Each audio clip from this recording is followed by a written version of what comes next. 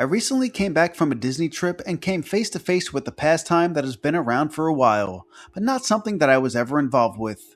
Going to Disney with people who are into pin collecting was certainly a new experience for me.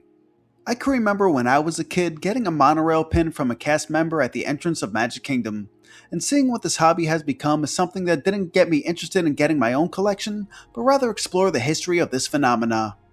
This video was also the idea of my girlfriend's daughter who was interested in learning more about this hobby she's involved in. So hopefully this is something that interests you as well. So sit back and relax as we explore the history of Disney pin collecting. The earliest recorded Disney pin was way back in the 1930s, a quarter century before Disneyland would even open. This pin would launch with the Mickey Mouse Club. And of course, the first ever Disney pin would feature Mickey and Minnie, and marketed by the Cohn and Rosenberger Company as Kitty Jewelry. The next evolution would happen in 1955 with the opening of Disneyland in California. They began to offer metal pins for anniversaries and special events.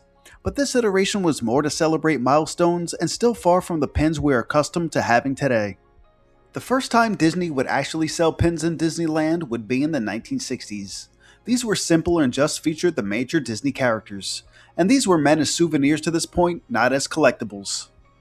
The genesis of the hobby would finally take form in 1988. Disney would have a partnership with the Olympics taking place that summer in Seoul, South Korea. As a result, Disney would launch 30 pins featuring their iconic characters participating in various Olympic sports. This was the first time the company would actually encourage the acts of collecting and trading for their pins. But 11 years later, Disney officially launched and acknowledged pin trading as their own in 1999. They would give guests complimentary pins and encourage them to find cast members with black lanyards as a way to kick off their new craze. For over a year, the parks heavily leaned into the pin trading. The run was only supposed to last 15 months, but the activity was such a hit in Orlando. The following year, Disneyland would roll out the same program inspired by the success from its East Coast counterpart, and just like in Florida, the fad took off in California as well. Disney decided to make this hobby a full-time function for every Disney park around the world, with Disneyland hosting most of the pin trading events. Pin trading gave Disney fans a sense of community they could bond over without ever having to step foot in the parks. So now not only could you get a pin from the Haunted Mansion for sentimental value, but if it's rare enough, there's monetary value as well. Over the years, Disney have added specific types of pins to make whatever you're currently hunting for feel unique. Limited edition pins go without saying, as limited runs of these can make these types of souvenirs extremely sought after. Event pins are made to celebrate park openings, anniversaries, or even special events like Epcot's Festival of the Arts.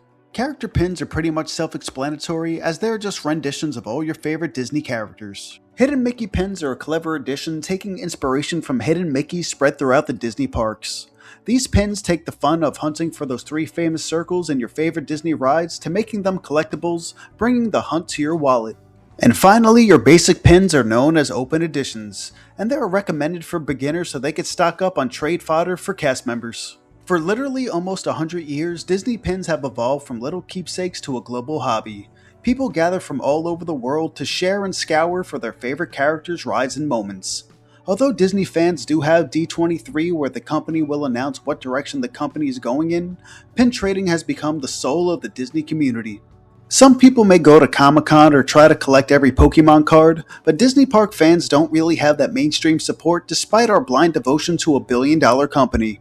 I may not take part in pin collecting, but I'd be lying if I said that there aren't some pins that I love to own myself. So no matter if you're trying to collect every pin ever made, just buy the ones that you like, or don't partake in the hobby at all, I say enjoy Disney the way you want to. Some people go to Disney for the rides, some for the food, and some for the pins. But if you have any interest in Disney, we're all a part of this community one way or another, and this channel would not be possible without you, no matter what your interest is.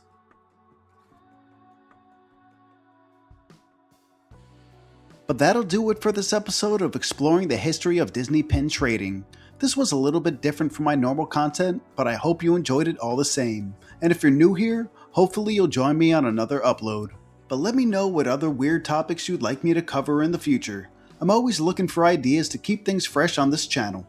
So until next time, drop a like if you enjoyed this, subscribe if I earned it, and thank you for watching.